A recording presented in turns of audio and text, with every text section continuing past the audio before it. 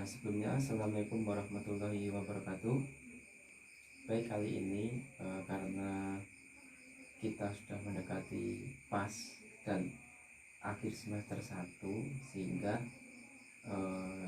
dikarenakan di semester 1 ini kita belum bisa praktek secara di lapangan, sehingga di sini saya akan menjelaskan untuk penugasan yang harus kalian lengkapi di semester 1, terutama untuk tugas praktek. Karena di dalam nilai raport, nilai praktek itu hanya bisa diambil dari video yang kalian lakukan.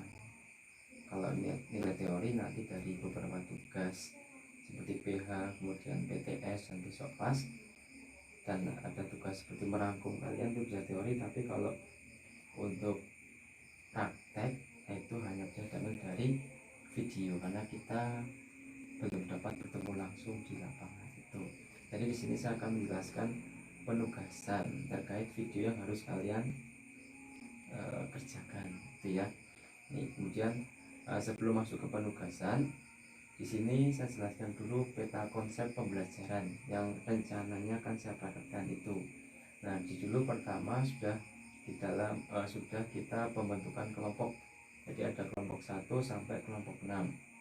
Nah, jadi dalam satu kelompok itu mempelajari berbagai macam materi. Jadi satu kelompok materi satu kelompok materi yang lain itu. Nah, setelah materi dilanjutkan dengan presentasi kelompok, di mana presentasi kelompok tersebut sudah berjalan beberapa presentasi. Nah, namun mohon maaf karena keterbatasan waktu dan juga bertepatan dengan agenda sekolah yang banyak, sehingga presentasi tidak bisa atau belum bisa dilaksanakan secara bersama-sama. Ada beberapa yang sudah melakukan presentasi mandiri di video itu ya. Yang belum, coba segera lakukan presentasi sebelum PAS ya. Yang belum, kelompok yang belum segera presentasi. Nah, setelah presentasi sekarang masuk ke pembuatan video pembelajaran. Jadi ini tugas kalian adalah dalam satu kelompok itu lakukan presentasi. Nah, setelah presentasi tugasnya adalah kalian satu kelompok itu membuat video dari hasil presentasi yang akan lakukan itu. Nanti teknisnya saya jelaskan di slide selanjutnya itu. Kemudian setelah presentasi, setelah pembuatan video, rencananya mungkin di semester 2 kalau kita masih bisa bertemu itu penayangan video secara bersama-sama di kelas. Nah, setelah itu ditayangkan di kelas, baru kita praktek secara bersama-sama di lapangan itu. Jadi rencana itu pertama pembentukan kelompok, setelah dibentuk kelompok itu kemudian dilakukan presentasi. Setelah presentasi satu kelompok itu masing-masing kelompok membuat video teknik dasar dari materi yang dipresentasikan. Nah, setelah membuat video, nanti video itu bisa ditonton bareng-bareng di kelas dan dipraktikkan langsung di lapangan. Jadi seperti itu peta konsepnya. Nah, kemudian nih masuk ke ketentuan pembuatan video ya. Ketentuan untuk pembuatan video. Jadi materi ini memang saya buat untuk kelas 11 dan kelas 10 dan kelas 12. Jadi biar lebih singkat satu video untuk satu materi ini untuk dua kelas. Ini ketentuannya adalah pembuatan video itu dalam bentuk kelompok. Jadi satu kelompok tidak satu orang satu, jadi satu kelompok satu video. Dan materi sesuai dengan pembagian masing-masing kelompok. Yang pertama. Yang kedua, mencakup teknik dasar dari materi yang disampaikan. Seumpama dapat materi bola voli, jadi satu kelompok itu membuat teknik dasarnya. Ada passing, ada blocking, ada smash, kemudian ada servis. Nah, tidak harus 4 teknik itu, kalian bisa ambil hanya passing saja nggak apa-apa, atau passing dengan smash nggak apa-apa. Jadi tidak harus semua teknik, yang hanya beberapa teknik saja nggak apa-apa. Nah, kemudian untuk kelas 12, nah ini silahkan buat video sesuai materi masing-masing kelompok. Yang bola voli buat bola voli, yang bola basket buat bola basket, yang lari buat lari, yang dapat materi atletik buat atletik, itu sesuai dari pembagian masing-masing kelompoknya. Nah kemudian atau dapat membuat gerakan senam irama. Nah, jadi satu kelompok kalau dirasa sulit materinya, contohnya softball. Softball itu alatnya itu sulit.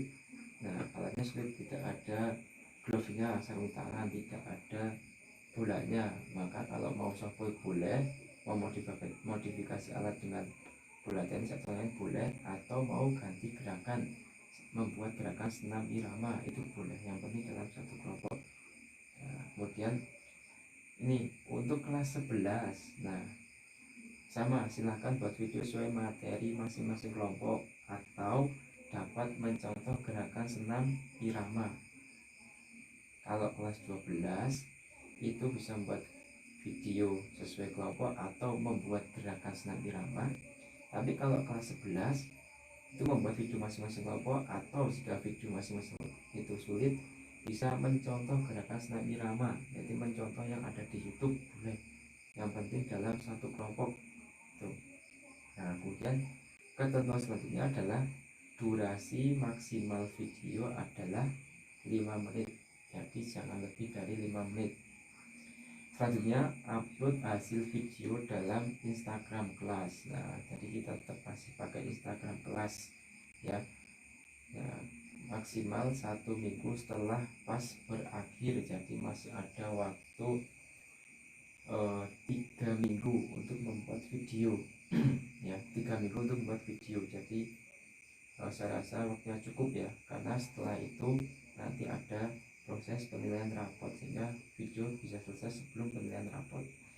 Selanjutnya kenapa kok saya buat video, karena nanti biar kalian itu bisa terlihat prakteknya, walaupun enggak di lapangan, jadi bisa kelihatan prakteknya itu bagaimana teknik kalian dalam menguasai materi. Yang pertama. Yang kedua adalah mumpung kalian masih muda ya, masih energik, masih lincah, masih komponen tubuhnya masih mudah untuk digerakkan, jadi sebisa mungkin membuat video biar bisa untuk kenang-kenangan juga buat kalian. Besok kalian sudah tua, nah itu kalian sudah gerakannya tidak lincah, kalian masih punya video waktu kalian muda, sehingga bisa ditonton kepada besok bisa ke orang lain lah intinya.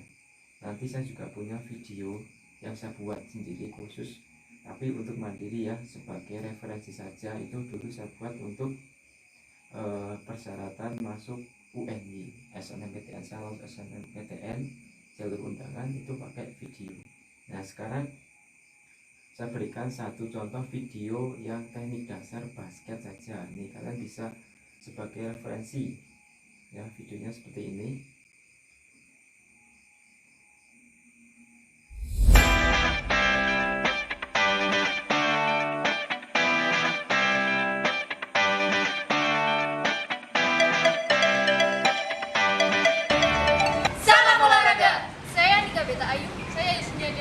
Saya Laura Julia. Saya Indra Yulika. Kami dari Prodi PJKR FIK UNY 2016 akan menampilkan sebuah permainan bola besar, yaitu bola basket.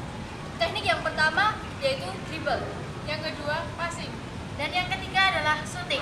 Selamat menyaksikan. Teknik dribble dalam permainan bola basket terdapat 3 macam teknik, yaitu yang pertama dribble rendah,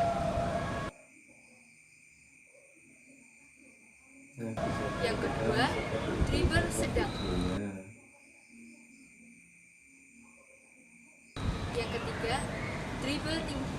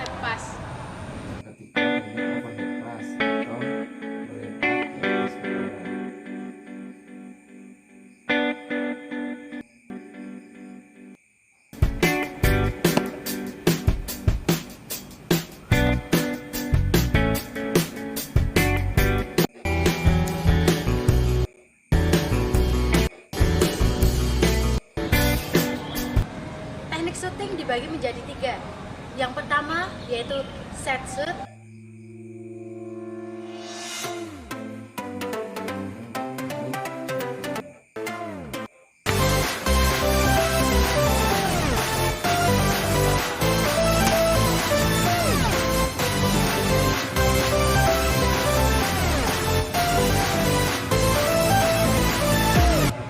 yang kedua yaitu jump shoot,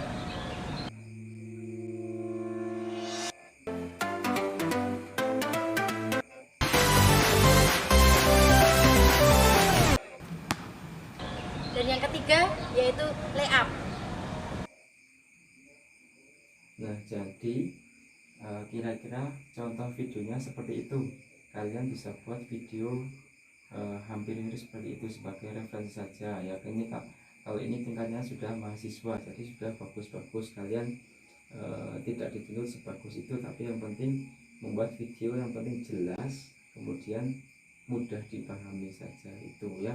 Coba buat video sebaiknya ya. Ini saya juga punya video. Nah, video itu adalah video ketika saya masih SMA, seumuran kalian. Itu saya gunakan video untuk mendaftar SNMPTN dan lulus diterima di UNJ seperti itu. Ini contoh video punya saya.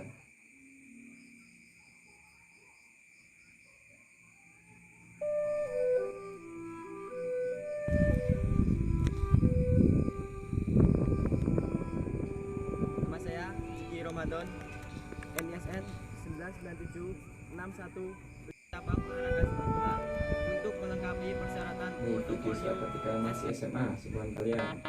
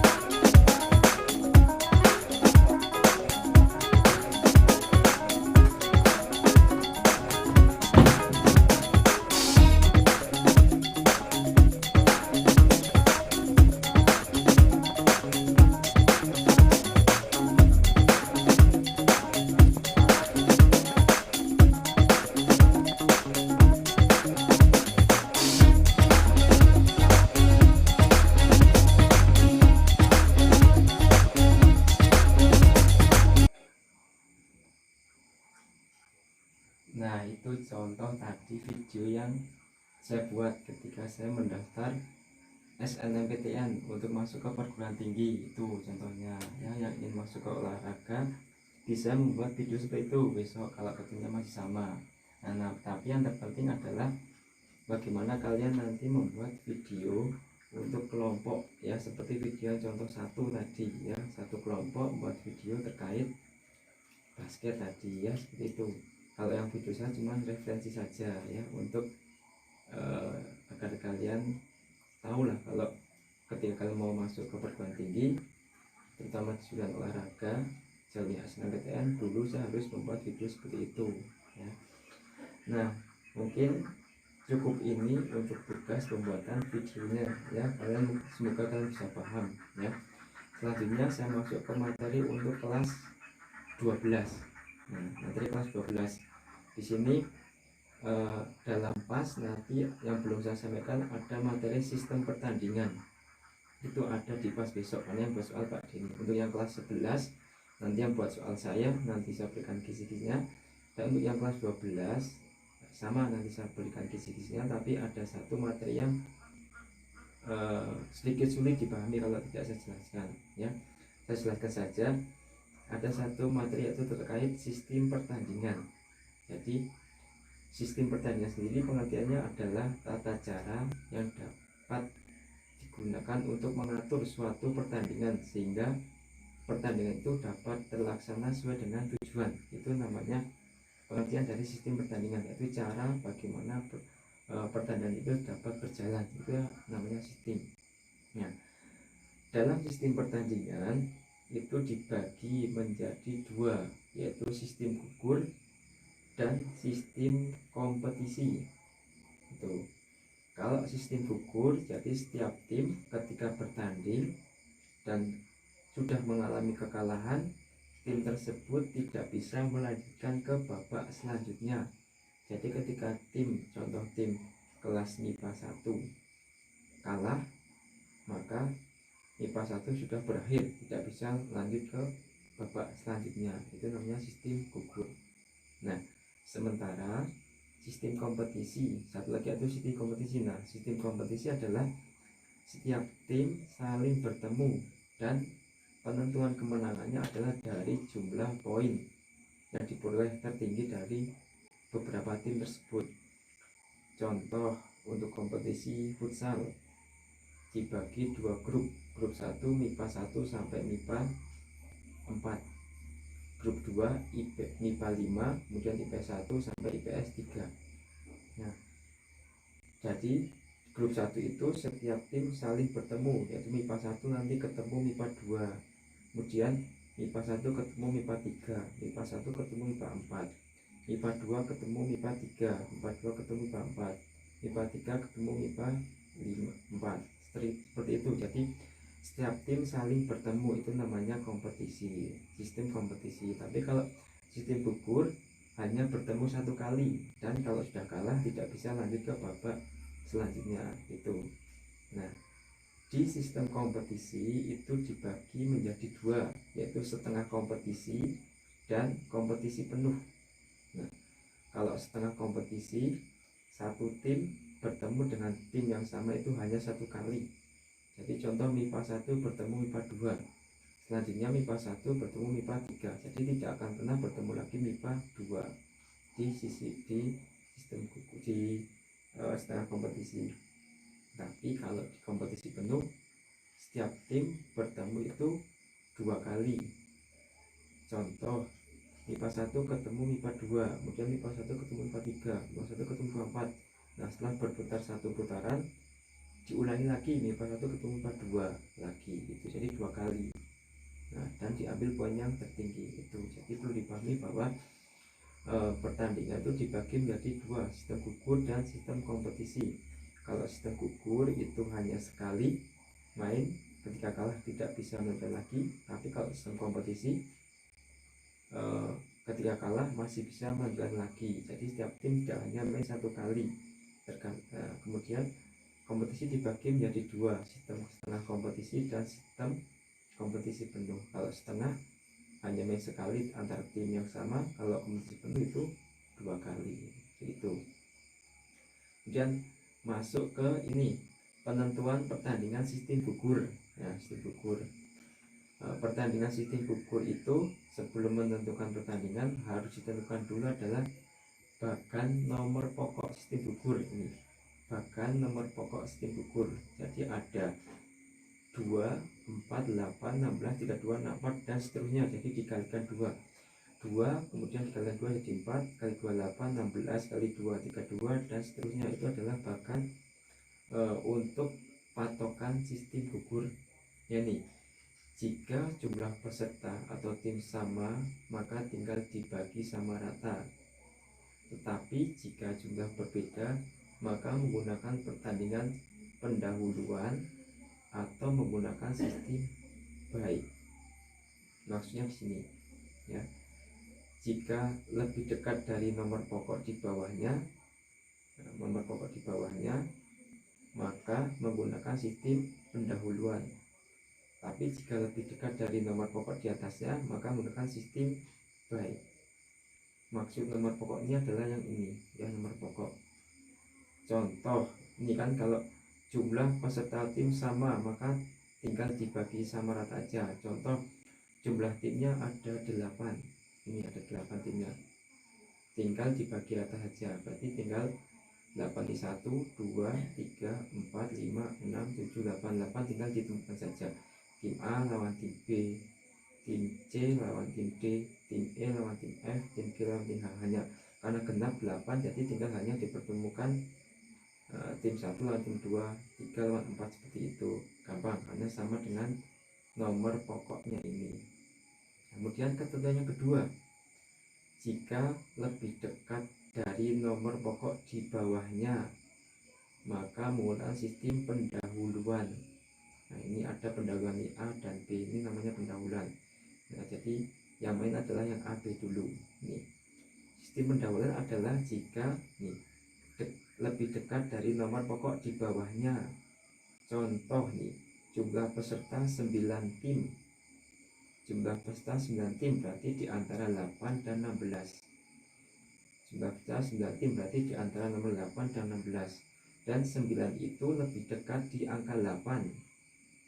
Nah, berarti lebih dekat di bawahnya.